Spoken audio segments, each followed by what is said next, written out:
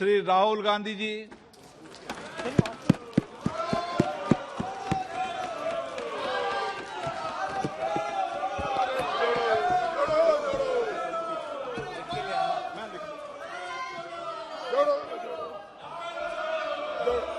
Speaker, sir, thank you for allowing me to speak on the President's address. It's an honor for me to be able to speak at this House today.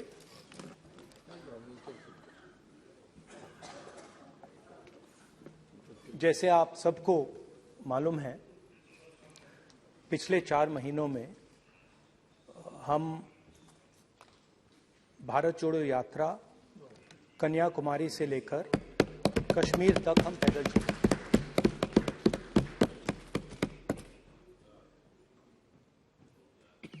तीन 3,600 kilometre तकरीबन। और इस यात्रा पे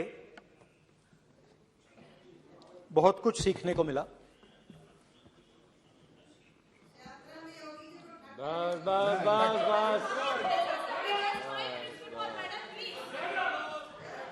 इस यात्रा में बहुत कुछ सीखने को मिला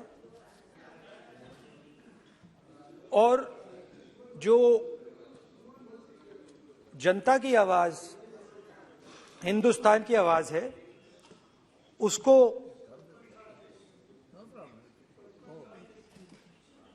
गहराई से सुनने का मौका मिला।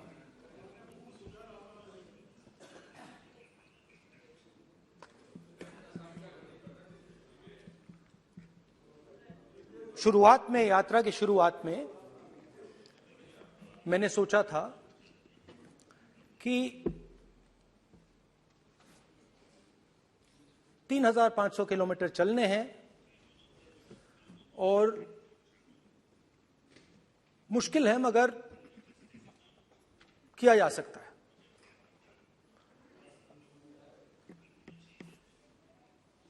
आप भी राजनेता हो, हम भी राजनेता हैं। हाँ, सेवक कह लीजिए। और नॉर्मली आजकल की राजनीति में जो हमारी पुराना ट्रेडिशन था पैदल चलने का, वो आजकल हम सब लोग, हम भी आप भी, उस ट्रेडिशन को शायद भूल गए या उसका हम पालन नहीं करते। मैं भी उसमें शामिल था, आप भी उसमें शामिल हैं। हम सब, कोई गाड़ी में जाता है, कोई हवाई जहाज में जाता है, कोई हेलीकॉप्टर में जाता है, मगर पैदल कम चलते हैं। ठीक है, ठीक है। और जब पैदल चला जाता है, हाँ पैदल जाएंगे, सब जगह पैदल जाएंगे, घबराइए मत।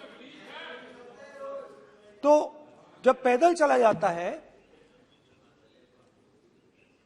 मैं 1 किलोमीटर की बात नहीं कर रहा हूं, 10 की नहीं कर रहा हूं, 25 की नहीं कर रहा हूं, मैं 200-300-400 किलोमीटर की बात कर रहा हूं। जब 200-300-400 किलोमीटर चला जाता है तो शरीर पे दबाव पड़ता है, दर्द होता है, मुश्किल आती है। शुरुआत में चलते वक्त लोगों की आवाज सुन रहे थे हम, मगर हमारे दिल में यह भी था कि हम भी अपनी बात रखें। कोई हमारे पास आता था, कहता था कि मैं बेरोजगार हूं, और हमें लगता था कि नहीं, हमें कहना चाहिए कि तुम बेरोजगार क्यों हो, कारण क्या है। उसमें हम विपक्ष का रोल भी प्ले कर लेते थे, आपकी भी बुराई कर देते थे।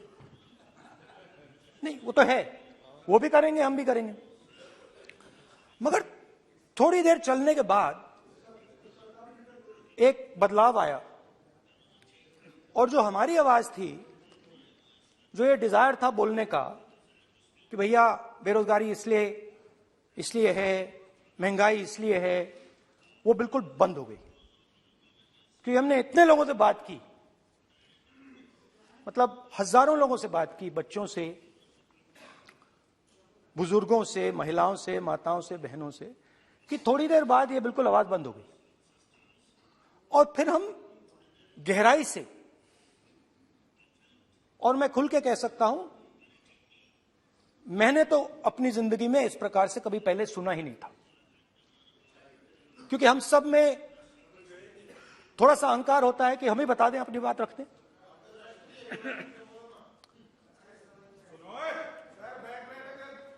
तो आस्ते आस्ते जब हम चले 500-600 किलोमीटर बाद, जनता की आवाज गहराई से सुनाई देने लगी और एक प्रकार से यात्रा, इंडिविजुअल्स नहीं, यात्रा हमसे बोलने लगी। नहीं, गहरी बात है, समझ नहीं आएगा। आप समझने की कोशिश करो। यात्रा हमसे बोलने लगी। 200 किलोमीटर आप चलने की कोशिश करिए, पता चल जाएगा। और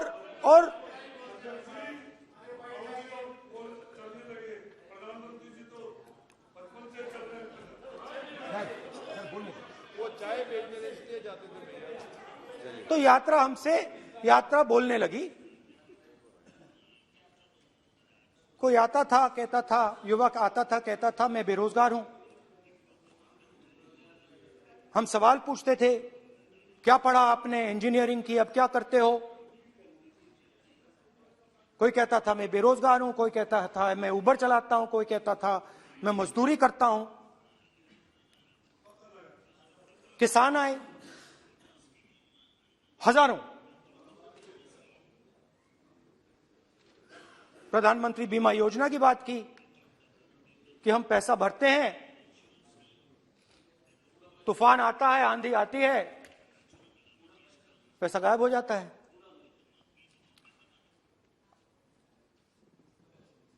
किसानों ने यह भी कहा कि हमारी जमीन छीन ली जाती है, हमें सही रेट नहीं मिलता। जमीन अधिग्रहण बिल जो था वो लागू नहीं होता। आदिवासियों ने कहा, वनवासियों ने नहीं, आदिवासियों ने, कि जो ट्राइबल बिल में हमें दिया जाता था वो आज छीना जा रहा है। तो बहुत सारी चीजें हमको सुनने को मिली, मगर मेन थ्रस्ट, अगर मैं कहूं, मेन थ्रस्ट बेरोजगारी, महंगाई और किसान। उसमें एमएसपी थी, उसमें बीज की समस्या थी, किसान बिल की समस्या थी। अच्छा, अग्निवीर की भी बात की लोगों ने। आपने अभी बोला कि अग्निवीर देश को फायदा पहुंचाएगा। मगर हिंदुस्तान का युवा जो 4 बजे दौड़ता है, आर्मी में भर्ती होने के लिए दौड़ता है, वो आपकी बात से सहमत नहीं है। उनने हमसे कहा कि पहले हमें 15 साल की सर्विस मिलती थी, पेंशन मिलती थी, अब 4 साल के बाद हमें निकाल दिया जाएगा, कुछ नहीं मिलेगा, पेंशन नहीं मिलेगी। सीनियर ऑफिसर्स ने कहा कि हमें तो लगता है कि ये जो अग्निवीर योजना है ये आर्मी के अंदर से नहीं आई, ये कहीं और से आई है, ये आरएसएस से आई है, होम मिनिस्ट्री से आई है। ये सीनियर आर्मी के लोगों ने कहा है, मैं नहीं कह रहा हूं, कि हमें लगता है कि ये आर्मी के ऊपर ये योजना थोपी गई है और ये आर्मी को कमजोर करेगी। आर्मी के जनरल्स ने हमें कहा, जो रिटायर्ड हैं, उन्होंने हमें कहा, राहुल जी, हजारों लोगों को हम हथियार की ट्रेनिंग दे रहे हैं और फिर थोड़ी देर बाद उनको समाज में डाल रहे हैं। बेरोजगारी है, समाज में हिंसा बढ़ेगी।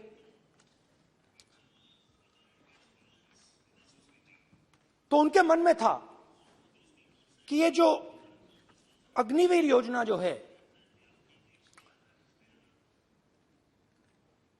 ये आर्मी के अंदर से नहीं आई है। और मुझे नाम भी बताया कि अजीत डोभाल जी ने ये योजना आर्मी पे थोपी है। क्यों नहीं ले सकते? क्यों नहीं ले सकते? बिल्कुल ले सकते हैं, पार्लियामेंट में थोड़ी है वो। क्यों नहीं ले क्यों नहीं ले सकते? क्या बात कर रहे हैं? सर ये तर्क है, बाद में अडानी के लिए भी यही बोलने वाले हैं, फिर ये तर्क है इनका।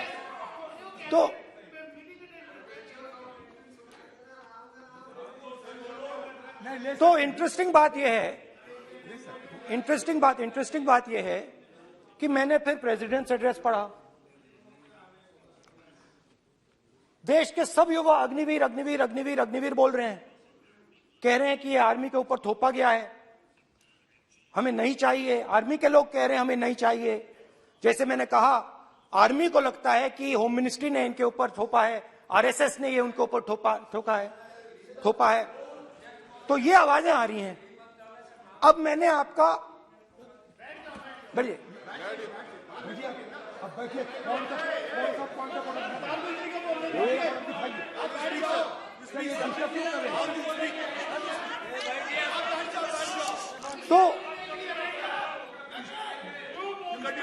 तो एक फर्क, ये थोड़ा पानी ले आओगे मेरे पानी। तो मुझे एक फर्क दिखा प्रेसिडेंट्स एड्रेस में बहुत सारी चीजें बोली गई।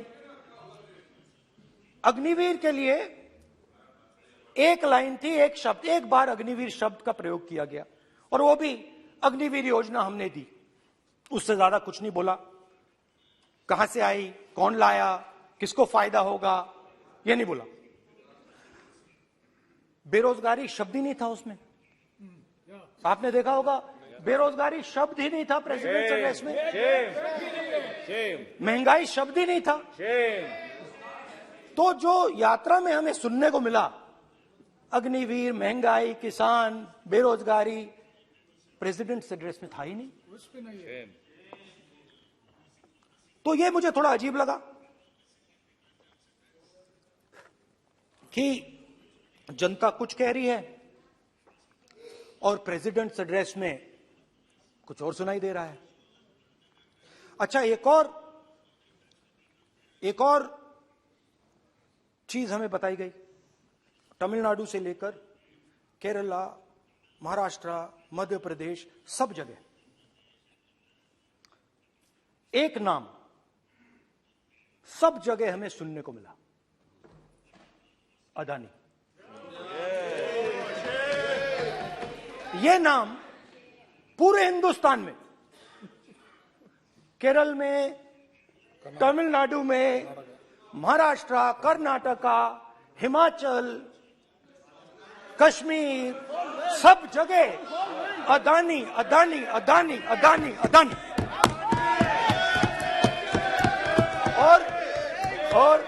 और ये नाम नहीं, और इस नाम के बारे में जब लोग बोलते थे मुझसे, तो 2-3 सवाल पूछते थे। ये पूछते थे कि ये जो अदानी जी हैं, ये किसी भी बिजनेस में घुस जाता है, ये सफलता प्राप्त कर जाता है, ये कभी फेल नहीं होता। और युवाओं ने मुझसे यह सवाल पूछा कि भाई ये हो क्या रहा है, हम भी सीखना चाहते हैं। मोदी जी ने कहा स्टार्टअप करो, हम भी अदानी जी जैसे बनना चाहते हैं। तो भैया किसी भी बिजनेस में घुस जाओ और एकदम सक्सेस हो जाए। यह पहला सवाल था। दूसरा सवाल था कि ये अदानी जी हैं, ये किसी भी बिजनेस में घुस जाते हैं। पहले ये 1-2 बिजनेस करते थे, अब ये 8-10 सेक्टर्स में काम करते हैं। Airports, data centres, cement, solar energy, wind energy, aerospace and defence, consumer finance, renewables, media. तो उन्होंने मुझसे पूछा कि राहुल जी, हाँ वेट करो, बेटे हाँ, धन्यवाद धन्यवाद। पोर्ट्स की बात भी थी। ये भी सवाल पूछा, कि भैया एक बात बताइए, राहुल जी बताइए हमें कि अदानी जी का जो नेटवर्थ है वो 3 साल के अंदर, नहीं सॉरी 2014 से लेकर 2022 तक ये $8 बिलियन से $140 बिलियन कैसे हो गया? कैसे हुआ? मोदी है तो ये 2014 में अगर आप दुनिया की, मुस्कुरा रहे हैं आप, बीजेपी में है ना आप, तो ये लिस्ट आती है, एक लिस्ट आती है दुनिया के सबसे अमीर लोगों की। इस पे ये 609 नंबर पे थे 14 में। 609 पीछे बिल्कुल। पता नहीं जादू हुआ, दूसरे नंबर पे पहुंच गए। मोदी है तो मुमकिन है।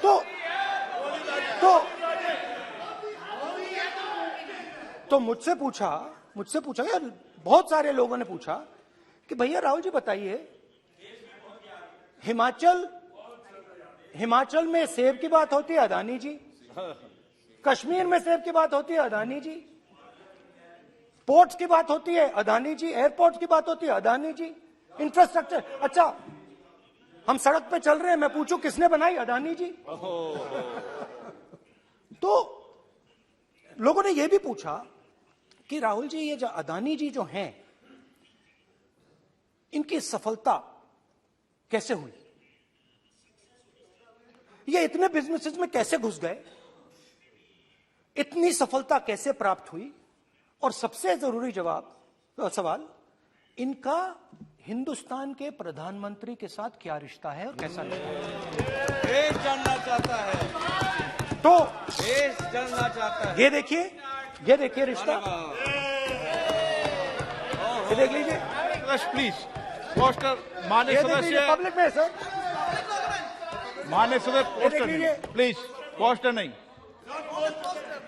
पोस्टर नहीं है सर। देखिए आप बैठिए, एक मिनट बैठिए। आप पोस्टरबाजी करेंगे तो इधर कहेंगे राजस्थान के मुख्यमंत्री का पोस्टर चिपकाएंगे। पोस्टरबाजी के लिए सदन नहीं है। आप बात करें, पोस्टरबाजी नहीं। स्पीकर सर, आप वरिष्ठ सदस्य हैं, स्पीकर सर, तो पोस्टरबाजी उचित नहीं है। स्पीकर सर, पोस्टरबाजी उचित नहीं है, please.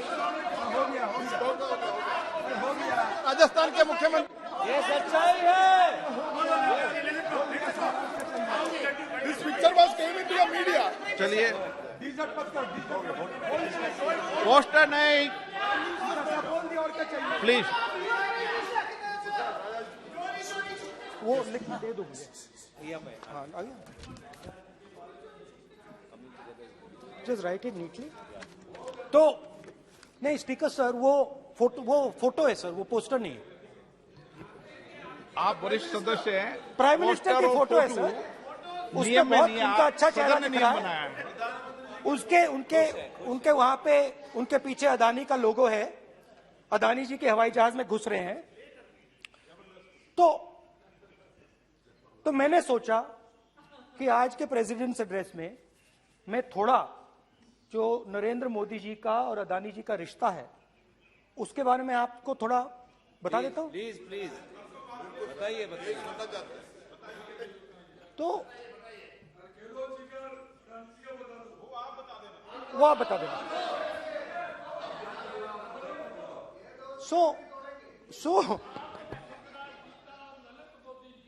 So the relationship begins many years ago when Narendra Modi ji was the Chief Minister of Gujarat.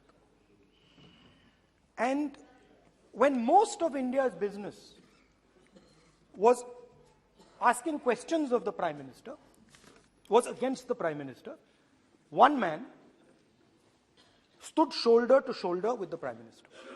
didn't back down. That's commendable. It's not a joke. He was loyal to the Prime Minister. And what did he do? He helped Mr. Modi construct the idea of resurgent Gujarat. Right? The idea that you bring these businessmen together, and you call it resurgent Gujarat, vibrant Gujarat, they're both. And he was the backbone in setting up that group of people. Okay? And the result of that was tremendous growth of his businesses in Gujarat. Expansion of his businesses. I think then the real magic starts. जब प्रधानमंत्री जी दिल्ली आते हैं और 2014 में असली जादू शुरू होता है। मैंने कहा कि 2014 में वो 609 नंबर पे थे, कुछ ही सालों में वो दूसरे नंबर पे पहुंच गए। कैसे पहुंचे? मैं आपको, बहुत सारी इंडस्ट्रीज में काम करते हैं, मैं आपको 2-3 इंडस्ट्रीज का उदाहरण दे देता हूं। एयरपोर्ट इंडस्ट्री की बात, एयरपोर्ट्स की बात करते हैं।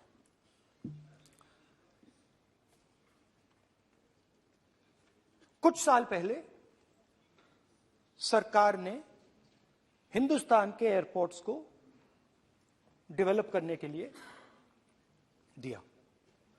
नियम था, there was a rule that anybody who does not have prior experience in airports cannot be involved in development of these airports.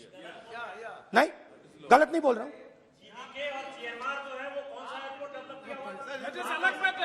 आप बैठ जाइए।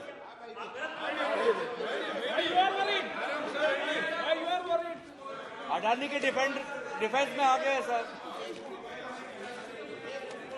देखिए, अरे माननीय सदस्य प्लीज मेरी बात सुनो। तो एक मिनट मेरी बात सुनो। ये एक मिनट बात सुनेंगे। ये संसद है, अपन किस दिशा पर चर्चा कर रहे हैं ये देश देख रहा है। हमें राष्ट्रपति अभिभाषण पर चर्चा करें तो उचित रहे, बाकी आपकी इच्छा है, स्वतंत्र अभिव्यक्ति है। मेरा मानना ये तो अपन एक विषय पर ओके, तो आपको तो रूल था, नियम था। हाँ, पॉइंट ऑफ ऑर्डर किस पे है ये? सर कैसे एयरपोर्ट का प्राइवेटाइजेशन तो उनके समय हुआ, ऐसी कोई पार्टी थी जिसका अनुभव था? ये कौन सी बात कर रहे हैं? बोलिए। ओके प्लीज ओके, बोलने दे आपको नेता को, तो बोलने दे आपको नेता को। रूल था, प्लीज बोलने दे। रूल था कि अगर कोई एयरपोर्ट बिजनेस में नहीं था तो वो इन एयरपोर्ट्स को ले नहीं सकता था। इस रूल को हिंदुस्तान की सरकार ने बदला। किसी ने भी बनाया हो रूल था, किसी ने भी बनाया हो रूल था। रूल बनाया किसने बात नहीं है, रूल बदला किसने बात है। रूल बदला गया,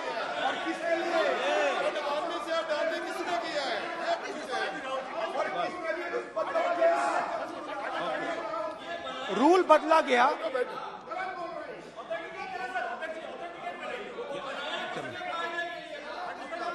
चलता रहेगा क्या सर? आप रूल को बदला गया। सर बोलने दीजिए। करना चाहिए सर, ऑथेंटिकेट करना चाहिए। चलिए आप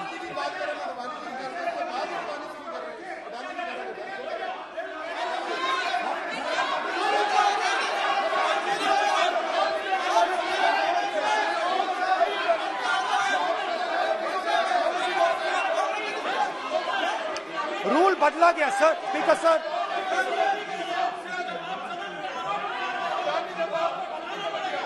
बैठे बैठे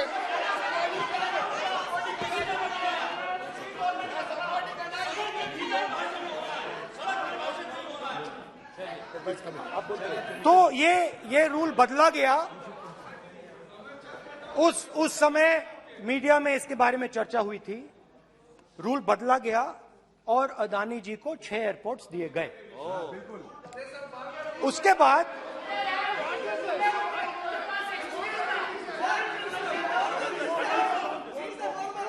after that India's most strategic profitable airport, Mumbai Airport, was taken away by GVK, hijacked by using the agencies. The agencies को CBI, ED का प्रयोग कर GVK पर दबाव डालकर हिंदुस्तान की सरकार ने उस एयरपोर्ट को अदानी जी के हाथों में कर दिया। रिजल्ट क्या आया? रिजल्ट आया कि एयरपोर्ट्स में आज अदानी जी 24% हिंदुस्तान की एयर ट्रैफिक को अपने एयरपोर्ट से निकालते हैं और 31% एयर फ्रेट उनके एयरपोर्ट्स में से निकलता है। अब यह काम हिंदुस्तान की सरकार और हिंदुस्तान के प्रधानमंत्री जी ने फैसिलिटेट किया। तो बताइए, बोलिए वित्त मंत्री, विधि मंत्री। और ये जो सर ये हाउस में सर ये जी बोल रहे हैं, तुम तो ज्ञान बांट रहे हो, बैठ जाओ। सर ये यहाँ बहुत गंभीर मिनिस्टर हैं ये देश ये राष्ट्रपति का उद्बोधन को लेकर एक गंभीर चर्चा हो रही है। जो भी मेंबर कुछ भी बात करे विद फुल रिस्पॉन्सिबिलिटी ऑथेंटिकेट करें। और ये वाइल्ड एलिगेशन अपना एक सोच के आया है, बिना तर्क के ऐसे वाइल्ड एलिगेशन लगा रहे, ये कोई मतलब नहीं है सर, ये ऐसे नहीं बोल सकते। और वो सर तर्क रखना पड़ेगा। अगर एलिगेशन लगा रहे हैं तो आपको पूरा डॉक्यूमेंट प्रूफ के साथ आपको रखना पड़ेगा। दे देंगे आप ऐसे बातें नहीं दे कर सकते। देंगे। और ये गंभीरता को समझिए, ये डॉक्यूमेंट्री प्रूफ दे देंगे। अब आपने जो पिछले स्पीकर थे उन्होंने फॉरेन पॉलिसी की बात की, हम भी फॉरेन पॉलिसी की बात करते हैं। चलिए डिफेंस से शुरू करते हैं। बहुत ऑप्शन है, आप बताइए कहां से शुरू करें। बिजली, डिफेंस, बहुत ऑप्शन है। Defence, let us start with defence. अब डिफेंस में अदानी जी का कोई एक्सपीरियंस नहीं था, 0 एक्सपीरियंस। कल मैंने प्रधानमंत्री को HAL में देखा। प्रधानमंत्री जी ने कहा कि गलत आरोप लगाया, मगर रियलिटी तो यह है कि HAL का जो कॉन्ट्रैक्ट था 126 हवाई जहाजों का, वो अनिल अंबानी को चला गया और अनिल अंबानी बैंकरप्ट हो गया। वहां भी फैसिलिटेशन था। अब देखिए, और ये जो फ्यूचर एंटरप्रेन्योर्स हैं, जो बिजनेस स्कूल हैं, हार्वर्ड यूनिवर्सिटी जैसे स्कूल हैं, इनको इसका केस स्टडी, इसकी केस स्टडी बनानी चाहिए, शायद बने। How to use government power to build individual businesses, case study.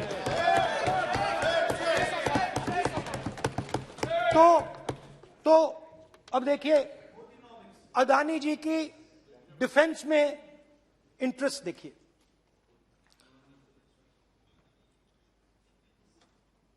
Elbit company के साथ हिंदुस्तान में अदानी जी ड्रोन्स बनाते हैं। ड्रोन्स को हिंदुस्तान की एयरफोर्स, आर्मी, नेवी के लिए रिफिट करते हैं। अदानी जी ने यह काम कभी नहीं किया है पहले। HAL ये काम करती है।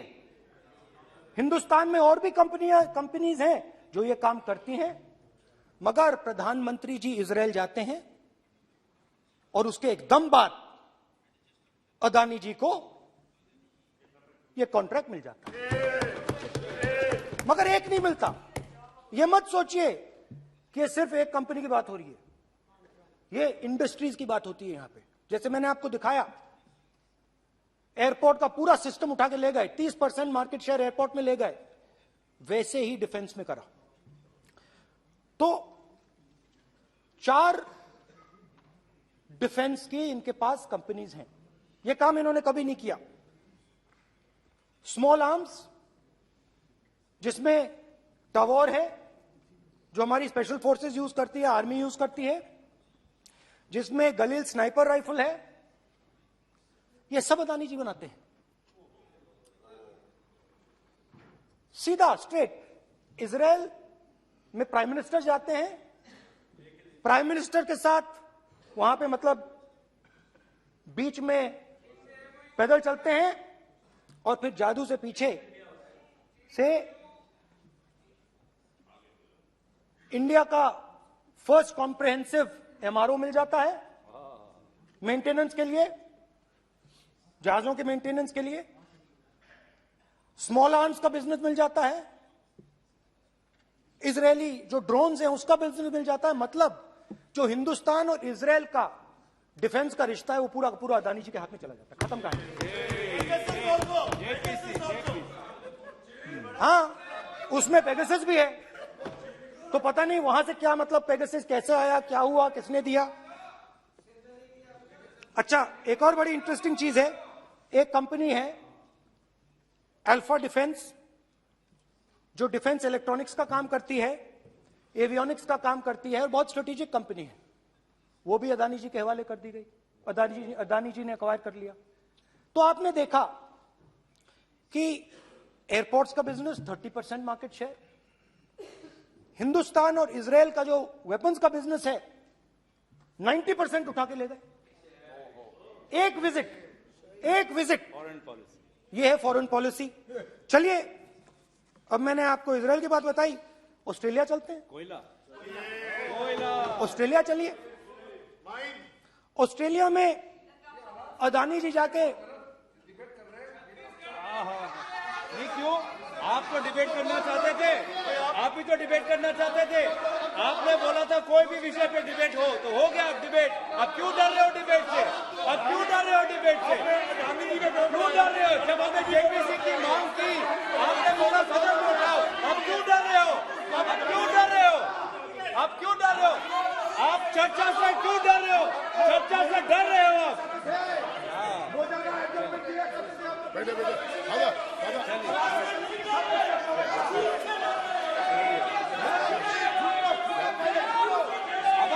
अब सुनना पड़ेगा, अब सुनना पड़ेगा,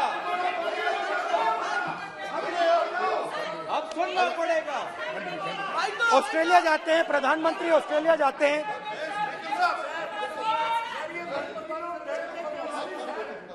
प्रधानमंत्री ऑस्ट्रेलिया जाते हैं,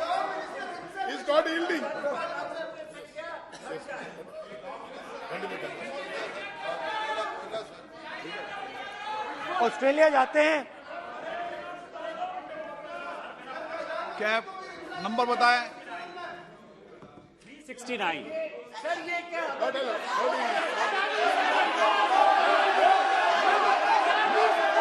369 सर, ये कहता है सर, एक पेपर और document to be laid on the table shall be duly authenticated by the member presenting. देखिए पूरा सरकार इन्होंने सर, मैं इनको चैलेंज करता हूं कि जीएमआर और जीबीके उसको कब एयरपोर्ट का जो है संचालन का अधिकार था और कौन सा रूल है वो कोट करे सर।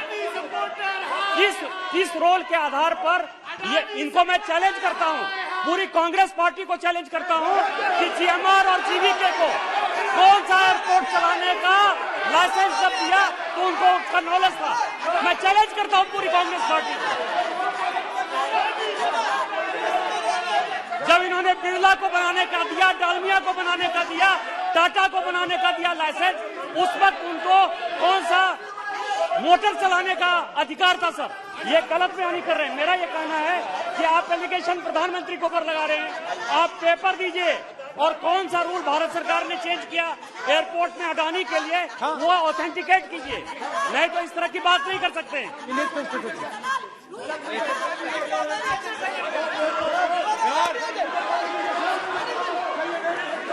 करना पड़ेगा, ऑथेंटिकेट करना पड़ेगा। राहुल गांधी जी, आपको ऑथेंटिकेट करना पड़ेगा। आप ऐसा नहीं बोल सकते हवा में, आप हवा में बोल रहे हो और प्रधानमंत्री जी पे आरोप लगा रहे हो। आपको ऑथेंटिकेट करना ही पड़ेगा। आप ऐसे ही बोल रहे हो कि जीएमआर का जीवीके के समय रूल था, कहा था रूल, कोई रूल नहीं था। आपको यू हैव टू ऑथेंटिकेट, और ऑथेंटिकेट करके ही रखना पड़ेगा आपको। पहले रखिए और उसके बाद आगे बात करने देंगे, नहीं तो माफी मांगिए देश से। आप प्रधानमंत्री जी पे आरोप लगा रहे हैं, सर बोलने दीजिए। अनाप शनाप आरोप लगा रहे, बिना किसी डॉक्यूमेंट के आरोप लगा रहे प्रधानमंत्री जी पे। रूल 353 सर, रूल 353 किया है सर, नो एलिगेशन ऑफ डिफेमेटरी और incriminatory nature shall be made unless you have given notice. छोड़िए, वो तो प्रधानमंत्री के खिलाफ एलिगेशन लगा रहे हैं बिना नोटिस दिए, बिना कोई डॉक्यूमेंट दिए। सर ये रिकॉर्ड पर नहीं आना चाहिए सर, ये बिल्कुल रूल का उल्लंघन है। और क्या क्या बातें वो कह रहे हैं सर, मैं उसको रिपीट नहीं करना। Reckless allegation, baseless allegation in violation of rules, sir ये स्वीकार नहीं होना चाहिए। ओके सर, एक सब बैठिए, ऑस्ट्रेलिया पीएम जाते प्लीज हैं। बैठिए, आप प्लीज बैठिए, वरिष्ठ वकील साहब बैठिए। ऑस्ट्रेलिया जाते हैं। एक मिनट राहुल जी, एक मिनट। नियम 369 भी मैंने देखा है, 323 भी देखा है। मेरा आग्रह है, सदन भारत की संसद है, हम एक विषय पर सारी राष्ट्रपति की चर्चा लगाएं, ये उचित है क्या? फिर आपको बोलना बोले नहीं स्पीकर, गलत तरीका है। राहुल गांधी जी, आप बोल रहे नहीं, गलत तरीका है। क्या देश को संदेश देना चाहते हैं आप? क्या संदेश देना चाहते हैं देश को? चलिए राहुल गांधी जी। ऑस्ट्रेलिया में प्रधानमंत्री जाते हैं। आप बोलिए सर, स्पीकर सर, प्रधानमंत्री जी ऑस्ट्रेलिया जाते हैं और जादू से State Bank of India $1 billion loan Adani ji को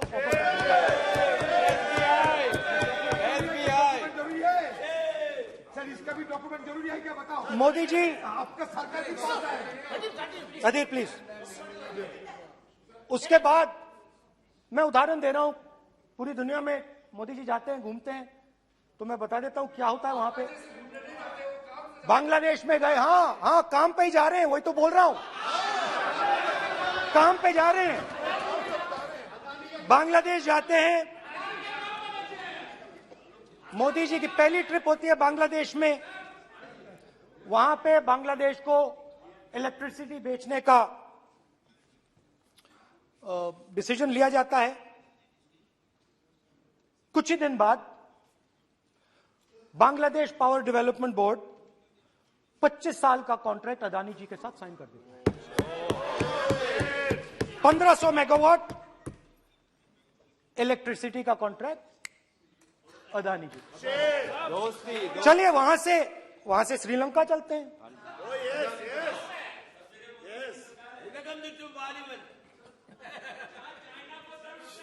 जून 2022 में Chairman of Sri Lanka's Ceylon Electricity Board, MMC Fernando, informed a parliamentary committee in Sri Lanka in open hearing that he was told by President Rajapaksa that PM Modi pressured him to give the wind power project directly to Mr. Adani.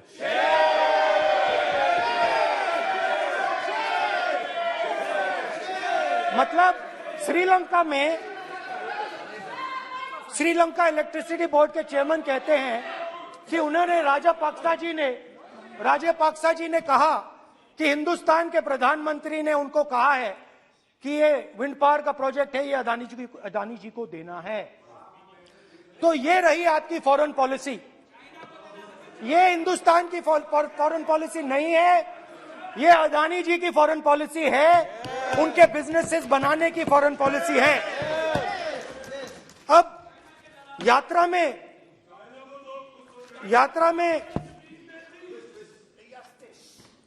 में मुझसे 2-3 और सवाल पूछे गए।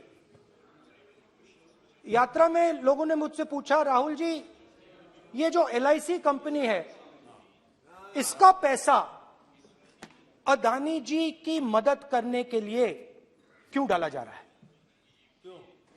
उन्होंने यह भी पूछा कि अदानी जी के जो शेयर्स हैं बड़े वोलेटाइल हैं, उसमें LIC का पैसा क्यों डाला जा रहा है? तो मेरा कहना है कि एक सेकंड, मेरा कहना है कि अदानी जी की मदद प्रधानमंत्री जी और हिंदुस्तान की सरकार कैसे करती है। हजारों करोड़ रुपए हिंदुस्तान के public sector banks Adani ji को मिलता है। 27,000 करोड़ रुपए SBI, PNB 7,000 crore, bank of Baroda 5,500 crore, ये मैं लिस्ट चलती जाएगी। LIC का एक्सपोजर 36,000 करोड़ रुपए, 3 crore SBI and other PSU bank holders. Money is going to Mr. Adani and to finance.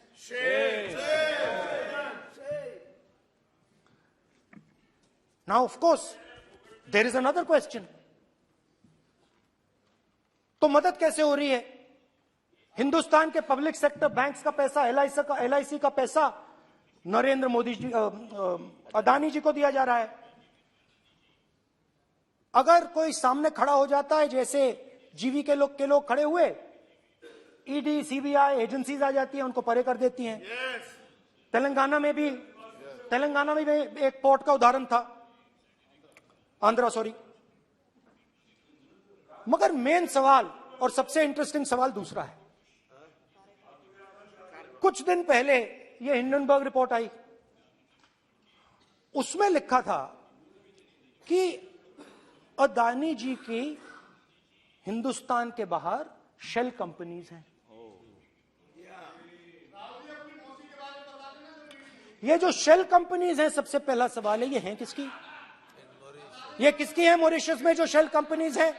और ये जो हजारों करोड़ रुपया ये शेल कंपनीज हिंदुस्तान में भेज रही हैं, ये किसका पैसा है? और क्या ये काम अदानी जी फ्री में कर रहे हैं? अब मैं ये सवाल क्यों पूछ रहा हूं?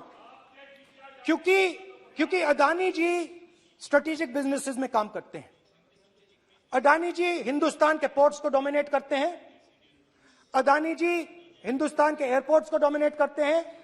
और जैसे मैंने कहा, अदानी जी हिंदुस्तान की डिफेंस इंडस्ट्री में बहुत जरूरी रोल प्ले करते हैं। तो मेरा पहला एक छोटा सा सवाल है कि जो शेल कंपनीज हैं, इनके बारे में हिंदुस्तान की सरकार ने कोई सवाल नहीं उठाया? ये कौन लोग हैं, ये किनकी कंपनीज हैं? ये स्ट्रेटेजिक मामला है, पोर्ट्स का मामला है, एयरपोर्ट्स का मामला है, डिफेंस का मामला है। और जो कंपनी इन स्ट्रेटेजिक एरियाज में काम कर रही है, उनके बारे में आपको मालूम ही नहीं।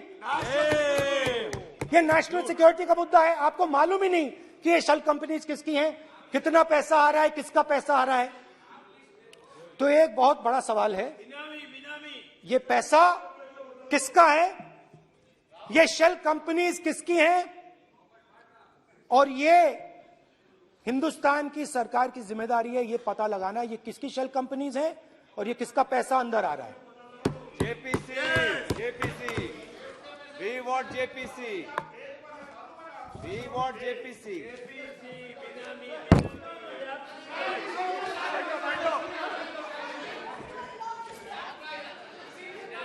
अच्छा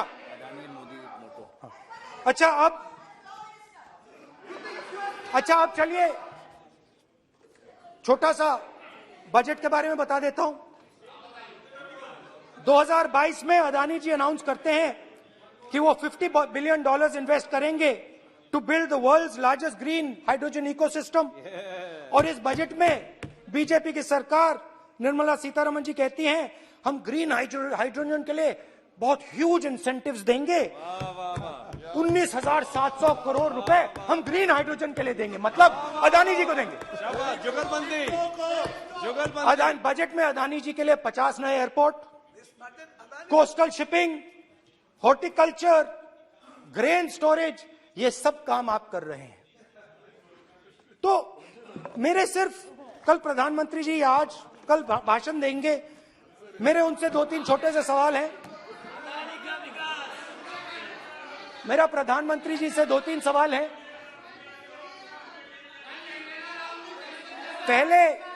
पहले अदानी जी के हवाई जहाज में मोदी जी जाते थे, अब मोदी जी के हवाई जहाज में अदानी जी जाते हैं। पहले लोकल मामला था, फिर नेशनल मामला हो गया, उसके बाद इंटरनेशनल मामला हो गया। अदानी जी के लिए बोरिस जॉनसन का बेटा काम करता है, आपको पता नहीं मालूम है या नहीं मालूम?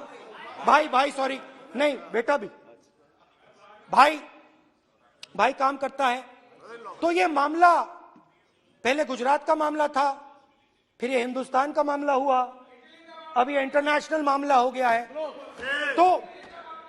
तो मेरा सवाल प्रधानमंत्री जी से, और सिंपल सवाल है, प्रधानमंत्री जी आपकी फॉरेन ट्रिप्स पे अदानी जी और आप कितनी बार एक साथ गए? अदानी जी, how many times did you travel together with Adani ji? How many times did Adani ji join you later on a visit? How many times did Adani ji travel to a country immediately after you did?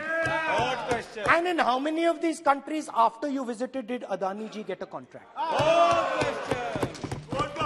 Also an important question, जरूरी सवाल, अदानी जी ने BJP को पिछले 20 साल में कितने पैसे दिए हैं?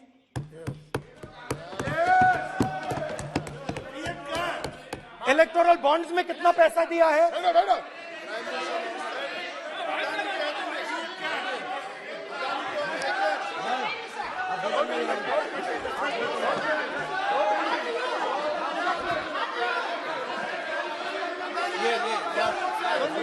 And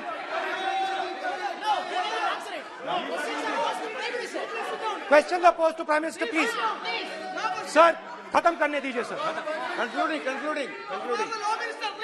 Sir, concluding. और बहुत सुंदर तरीके से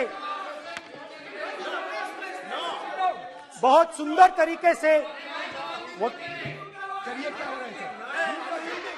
और मैं सिर्फ इतना कहना चाहता हूं, राहुल जी अभी आप सीनियर एमपी हो गए हैं, आप एक सीनियर एमपी हो चुके हैं। हम लोग एक्सपेक्ट करते हैं कि इस सदन का सदस्य होने के नाते जो भी बातें आप करेंगे गंभीरता से आप बात करेंगे। बाहर आप जो भी भाषण देते हैं हम लोग उसको रोक नहीं सकते हैं। इस सदन के अंदर में जो भी बात कही जाती है पूरा गंभीरता के साथ, प्रमाण के साथ कहे जाना चाहिए, ये परंपरा है। और राहुल जी ने कहा कि प्रधानमंत्री विदेश घूमने जाते हैं, तो मैंने आज वो जो युवाओं ने मुझसे सवाल पूछा था कि अदानी जी की इतनी बिजनेस एक्यूमेंट कहां से आई, इतने अलग अलग सेक्टर्स में अदानी जी ने कैसे सक्सेस प्राप्त की, अदानी जी के बारे में पूरी दुनिया को स्टडी करनी चाहिए, हार्वर्ड यूनिवर्सिटी को स्टडी करनी चाहिए कि पॉलिटिक्स के बीच में और बिजनेस के बीच में कैसा रिश्ता होता है। India is a case study and Prime Minister Narendra Modi should be given a gold medal in this. Now, बहुत अच्छी तरह बीजेपी के जो पिछले स्पीकर थे उन्होंने मेरे भाषण को इंकैप्सुलेट किया मेरे लिए। बहुत अच्छी तरह आपने जो मैं सोच रहा था आपने उससे और भी अच्छी तरीके से बोल दिया। Coming together is a beginning, Adani और keeping together is progress, working together is success. Adani ji and Narendra Modi ji, thank you.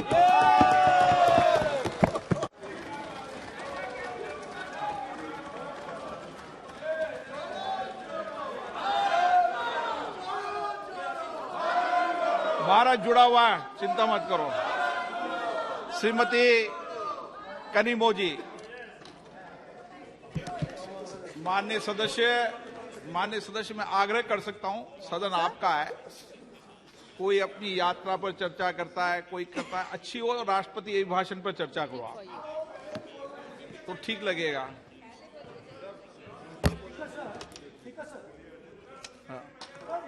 ये एक बात पे चर्चा नहीं हुई है, ये अलग अलग इंडस्ट्रीज पे, अलग अलग बिजनेसेस पे और इंटरनेशनल अफेयर्स पे डिस्कशन हुआ है।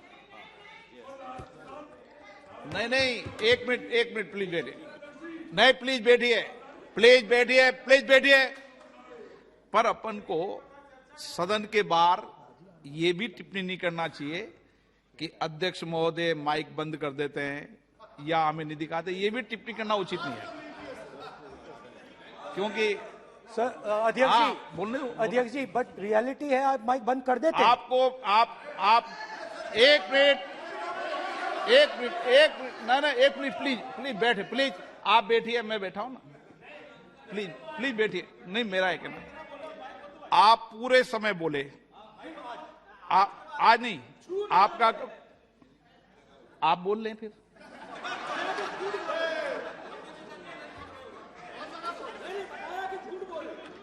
आप पूरे, ठीक है, थैंक यू। कनिमोजी जी।